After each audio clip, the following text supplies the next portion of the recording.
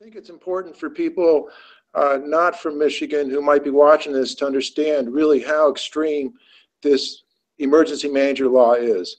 And so if you are a city, school district, county in a financial crisis, the state can come in and appoint an emergency manager who has full control over every aspect of the local unit of government. They can create new ordinances. They can abolish existing ordinances. They can decide how much power and how much pay elected officials have. They can break collective bargaining agreements. They've taken healthcare benefits away from retirees. They can do all these things. The only thing that they can't do is miss a bond payment. Which I think speaks a lot about the law and what it's really there for. It is there to make sure that the banks and bondholders get paid at any cost.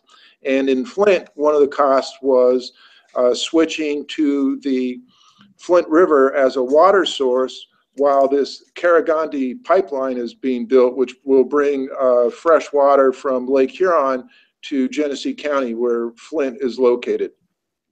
And there has been a series of emergency managers overseeing Flint, and two of those emergency managers were directly involved in making the decision and implementing the decision to switch to the Flint River, which is a very, very problematic water source. The lake water remains relatively constant, and plus Detroit was treating it. It was putting corrosion control chemicals in the water and sending it on its way. Get the Flint, they'd add a little chlorine and then send it out to customers.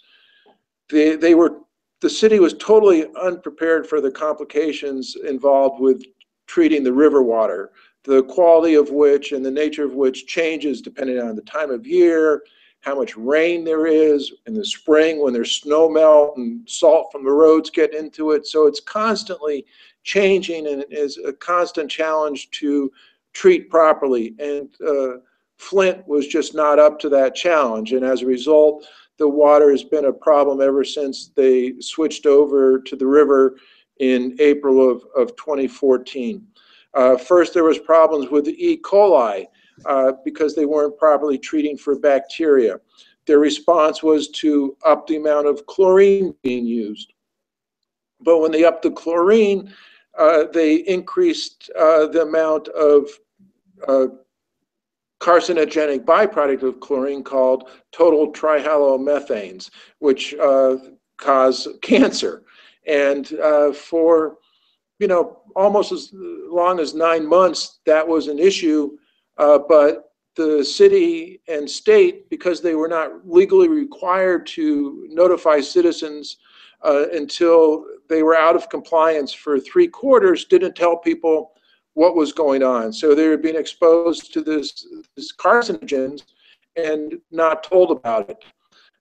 Eventually, they got a handle on that. They spent $1.5 million to put in an activated charcoal filter to deal with the TTHM is the acronym for the total trihalomethanes.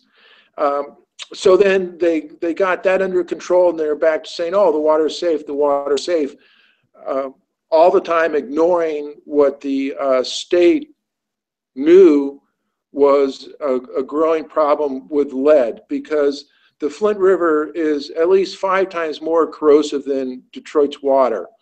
And at the same time that they switched to a much more corrosive source of water, the city and the state stopped using the corrosion control chemicals, phosphates typically, that Detroit was using. So at a time when really corrosion control was more necessary than ever, they stopped using it.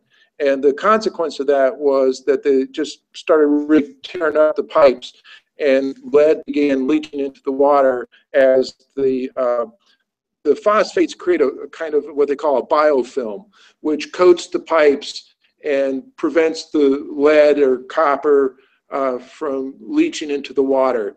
The highly corrosive nature of the Flint River, in combination with no corrosion control, destroyed the biofilm, and lead started to leach into people's water.